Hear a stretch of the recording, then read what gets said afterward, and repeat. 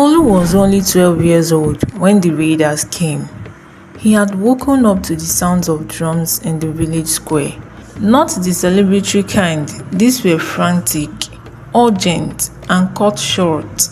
His mother, Abeni, pulled in close, her eyes wide with fear. Inside, hide behind the grinding stone.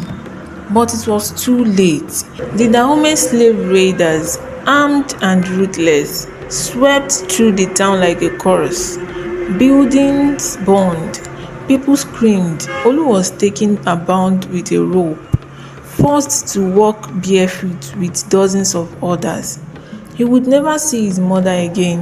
Olu's captors led him and other captives westward, towards the coast.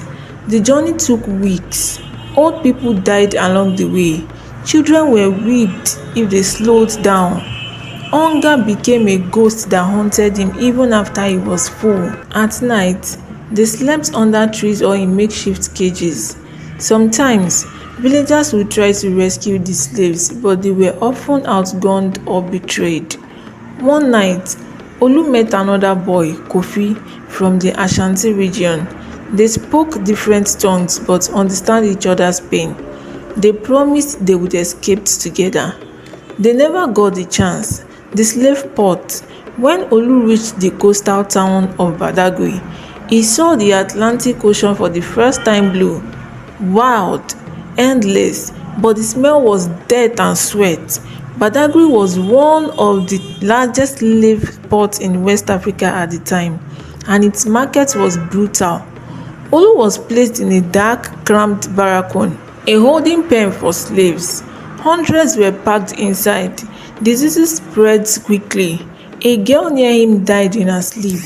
Her body was dragged out like a sack of yam. Soon, Olu was bought by a Portuguese trader, branded with a hot iron on his shoulder. He was put on a slave ship. He never saw Kofi again. By fate, the British Royal Navy, newly committed to ending the slave trade, intercepted the ship in 1838. They freed Olu and others on board. Instead of being returned home, Olu was taken to Sierra Leone, a British colony for freed slaves. There, he learned to read and write. Christian missionaries took him in and gave him a new name, John Sunday.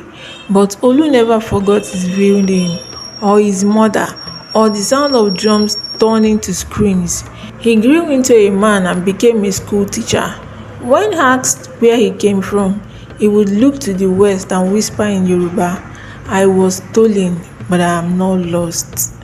Don't forget to like and subscribe for more interesting videos like this. See you in the next one.